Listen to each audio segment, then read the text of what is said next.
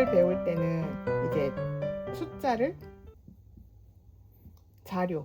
자료를 수집하고 분석해서 어떤 의미일까 이렇게 파악하는 것이 통계이에요.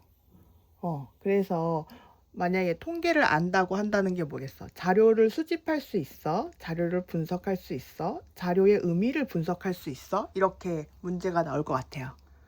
이해됐죠? 그러면 또 통계에도 말이 있어. 여기도 단어가 있는데 이거를 자료들을 막 이렇게 뭐 56, 수학 점수를 56점, 86점, 91점, 뭐 88점, 89점 뭐 이런 식으로 계속 엄청난 숫자가 있다고 쳐봐. 이런 숫자들을 자료라고 하고 이거를 별량이라고 합니다. 이해됐어요? 이 별량이라고 말을 하고 이것들의 합을 별량의 수만큼 나눠주는 게 평균이에요. 그래서 요 점수들의 평균, 그치? 그리고 이거를 일종의 대표값이라고 하는데 대표값은 뭐냐면 이 자료들을 나타낼 수 있는 표지를 말하는 거예요. 그래서 평균이 있고 첫 번째 대표값으로는, 두 번째 대표값으로는 중앙값이라고 있어. 중앙값은 뭐냐면 작은 순서대로 시작해서 큰 순서대로 나열을 했을 때 이 중간에 해당하는 값이에요.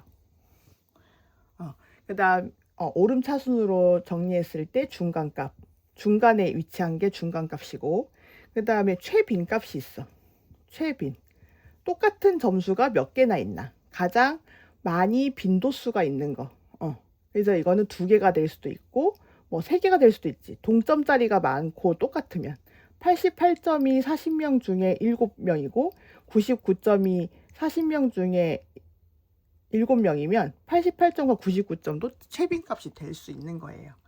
이런 식으로 별량, 평균, 중앙값, 최빈값 이렇게 되고, 평균과 중앙값, 최빈값은 대표값으로 본다. 이렇게 생각하면 될 것 같아요. 어때요? 생각보다 쉽죠?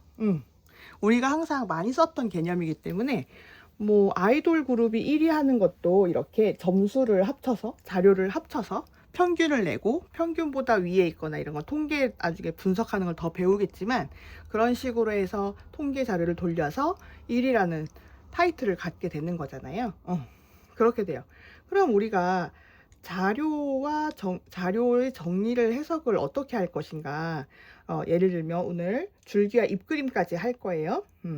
예를 들어 수학 점수가 있어요.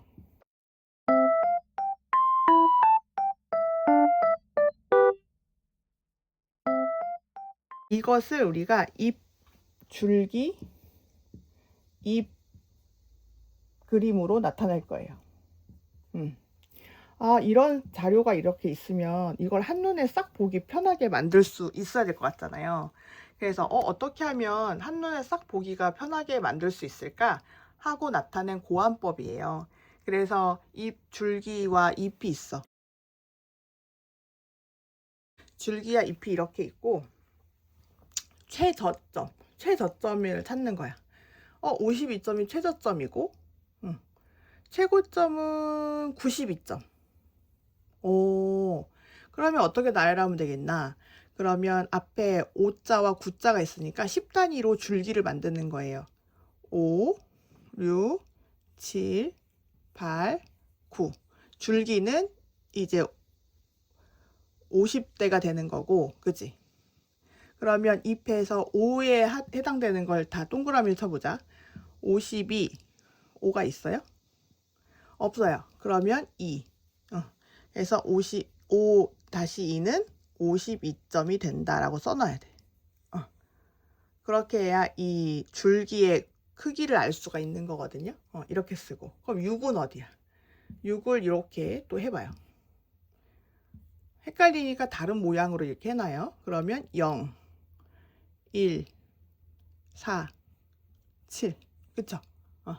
그러면 이 세모로 해볼까? 7을 76, 76. 여기 56도 있었네.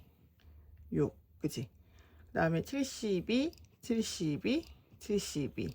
이렇게 되면 2가 몇 개야? 2가 3개. 하나, 둘, 셋, 6, 6, 6, 6 이렇게 중복된 숫자도 이렇게 써줍니다. 괜찮아요? 그럼 80 해볼까요? 80은 체크를 해볼게. 80, 80, 80, 80대가 이렇게. 그쵸? 그러면 0, 0, 5, 8. 그럼 9대. 9는 하나밖에 없잖아요. 92. 그쵸? 2. 이렇게 쓰는 거예요. 그러면 나중에 이걸 지워도 이것만 봐도 알 수가 있는 거지. 그러면 이렇게 볼 때 어려웠던 점이 뭐야? 50점대가 몇 명이야? 몰랐잖아요. 막 찾아야 되잖아. 2명이네. 오케이? 그럼 70점대가 몇 명이야? 하나, 둘, 셋, 넷, 5명이네. 이렇게 알 수가 있어요.